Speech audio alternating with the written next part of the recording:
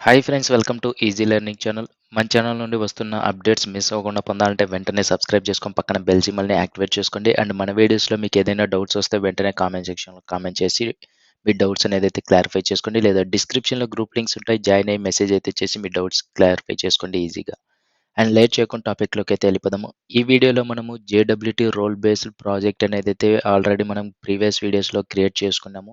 అందులో మనం పార్ట్ వైజ్గా ఒక్కో ప్యాకేజ్లో ఏమేమి రాసుకోవాలి అనేది అయితే నేర్చుకుంటూ వస్తున్నాము.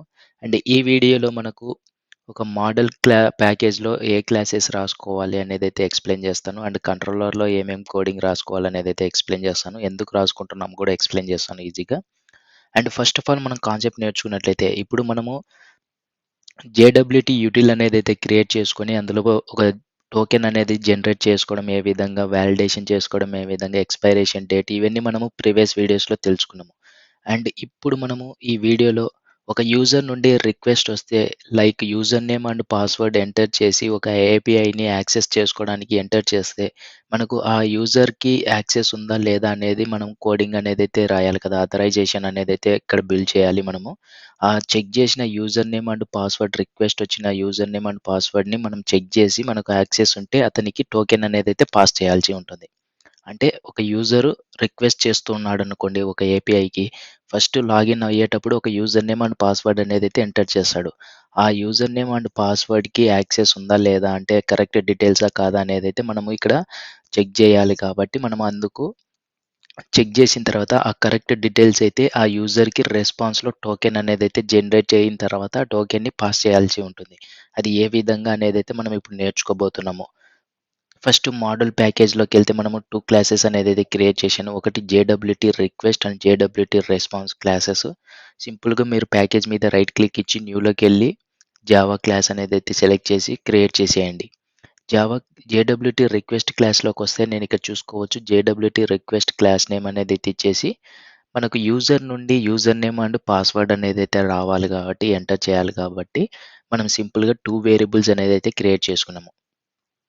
ప్రీవియస్ ఏం చేశాము, మనం డేటాబేస్ నుండి ఒక డమ్మీ యూజర్‌ని క్రియేట్ చేసుకొని, ఆ డమ్మీ యూజర్‌తో మనం లాగిన్ అయ్యి చూసాము.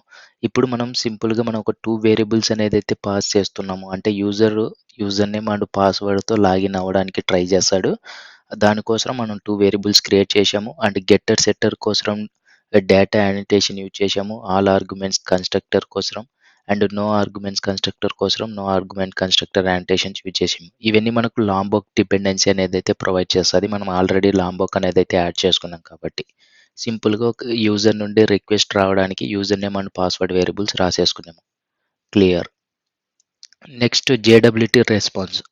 ఈ user name and password hit చేయగానే అంటే లాగిన్ అవ్వడానికి ట్రై చేయగానే ఆ user name and password correct access ఉందా లేదా అనేదైతే మనము చెక్ చేయాలి. అది ఎక్కడ చెక్ చేయాలంటే ముందు మనము బ్యాక్ ఎండ్‌లో మన కంట్రోలర్ క్లాస్‌లో మనము ఒక ఆథరైజేషన్ అనేదైతే కోడింగ్ అనేది బిల్డ్ చేసుకుందాము.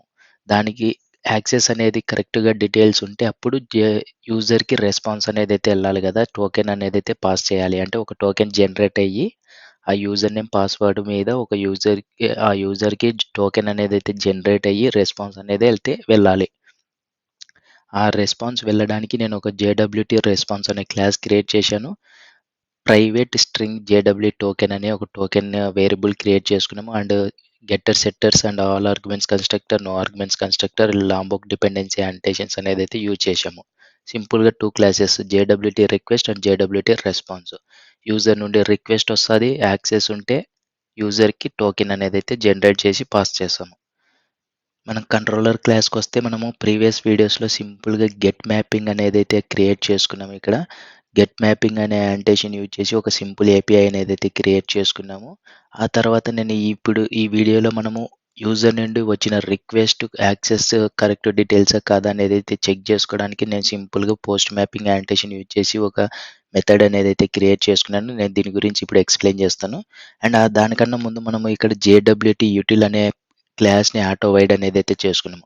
ప్రీవియస్ వీడియోస్‌లో JWT యూటిల్ క్లాస్ క్రియేట్ చేసుకొని అందులో మనకు ఒక టోకెన్ జనరేట్ అవ్వడం గానీ, ఎక్స్‌పైరేషన్ డేట్ గానీ, ఈ విధంగా మనకు కొన్ని మెథడ్స్ అనేదైతే రాసుకున్నాను JWT యూటిల్. ఇప్పుడు యూజర్ డీటెయిల్స్ అంటే యూజర్ నుండి రిక్వెస్ట్ వచ్చిన తర్వాత కరెక్ట్ డీటెయిల్స్ వస్తే మనకప్పుడు JWT యూటిల్‌కెళ్ళి అక్కడ నుండి టోకెన్ అనేదైతే జనరేట్ అయ్యి మనకు యూజర్‌కి అనేదైతే పాస్ చేయాల్సి ఉంటుంది. దానికోసం మనం ఆటో వైడ్ అనేదైతే చేసుకున్నాము. అండ్ ఆ తర్వాత మనకు ఈ అథెంటికేషన్ మేనేజర్ అనేది మనకు స్ప్రింగ్ ఫ్రేమ్‌వర్క్ సెక్యూరిటీ అనేదైతే ఇంటర్ఫేస్ ప్రొవైడ్ చేస్తుంది. ఈ అథెంటికేషన్ మేనేజర్ ఇంటర్ఫేస్. దీన్ని బేస్ చేసుకొని మనము ఆ యూజర్ డీటెయిల్స్ కరెక్టా కాదా అనేదైతే మనం కోడింగ్ అనేదైతే రాసుకుంటాము ఈజీగా.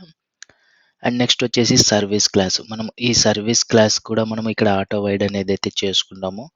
ప్రీవియస్ వీడియోస్‌లో మనం తెలుసుకున్నాము సర్వీస్ క్లాస్‌లో కస్టమ్ యూజర్ డీటెయిల్స్ అంటే మనము డమ్మీ డీటెయిల్స్ క్రియేట్ చేసుకున్నాం కదా! యూజర్ నేము అండ్ పాస్వర్డ్ అనేది. ఇక్కడ మనము ఈ యూజర్ సర్వీస్ అనేది కూడా యూజ్ చేస్తున్నాము.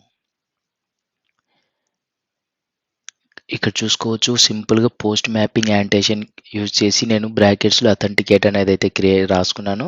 తర్వాత పబ్లిక్ జేడబ్ల్యూటీ రెస్పాన్స్ ఎప్పుడైతే యూజర్ నుండి రిక్వెస్ట్ వస్తే జేడబ్ల్యూటీ రిక్వెస్ట్ అంటే మనం ఒక క్లాస్ క్రియేట్ చేసుకున్నాము. మోడల్ ప్యాకేజ్‌లో ఒక క్లాస్ అనేదైతే క్రియేట్ చేసుకున్నాము. JWT request. ఈ జేడబ్ల్యూటీ రిక్వెస్ట్‌లో యూజర్ నేమ్ అండ్ పాస్వర్డ్ అనేదైతే పాస్ చేస్తారు. అంటే యూజర్ నుండి మనకు user name and password hit చేయగానే మనకు ఇక్కడ లాజిక్ అనేదైతే వర్క్ అవ్వాలి. ఇక్కడ చూసుకున్నారా మనం అథెంటికేషన్ మేనేజర్ ఇంటర్ఫేస్‌ని యూజ్ చేసి అథెంటికేట్ చేస్తున్నాం. అంటే ఆ యూజర్ నేమ్ కరెక్టా కాదా అనేది పాస్వర్డ్ అనేది క్రెడెన్షియల్స్ కరెక్టా కాదా అనేదైతే మనం ఇక్కడ చెక్ చేసుకుంటున్నాము. ఒకవేళ ట్రై క్యాచ్ బ్లాక్ అనేదైతే యూజ్ చేసామో ఒకవేళ కరెక్ట్ అయితే ఇక్కడికొచ్చి మనకు యూజర్ నేమ్‌తో ఒక టోకెన్ అనేదైతే జనరేట్ అయితది. మనం ఇక్కడ చూసుకోవచ్చు. Final string token equal to JWT util క్లాస్‌కి అయితే ఎళ్ళిపోతున్నాము. ఇక్కడ నుండి జేడబ్ల్యూటీ యూటిల్ క్లాస్ కాల్ చేస్తున్నాము. జనరేట్ టోకెన్ మెథడ్‌ని యూజర్ డీటెయిల్స్ పాస్ చేసి. ఇక్కడ చూసుకోవచ్చు final user details is equal to user service dot load user by user name JWT request dot get user name. User నేమ్‌తో మనము ఆ డేటాబేస్‌లో ఉన్న ఆహ్, తెలుసుకున్నాము. యూజర్ నేమ్‌తో డేటాబేస్‌లో ఉన్న యూజర్స్ డీటెయిల్స్ రిట్రైవ్ చేసుకోవడానికి మనం సర్వీస్ క్లాస్‌లో రాసుకున్నాము. సర్వీస్ క్లాస్‌లో మనం రాసుకున్నాం. ఇక్కడ చూసుకోవచ్చు. యూజర్ నేమ్ పాస్ చేస్తే ఆ యూజర్‌తో డీటెయిల్స్ ఉన్నాయా లేదా ఉంటే లాజిక్ అనేది గెట్ చేయడానికి లాజిక్ రాసుకున్నాము. ఒక డమ్మీ డేటా అనేది ఇచ్చేసి ఇక్కడ.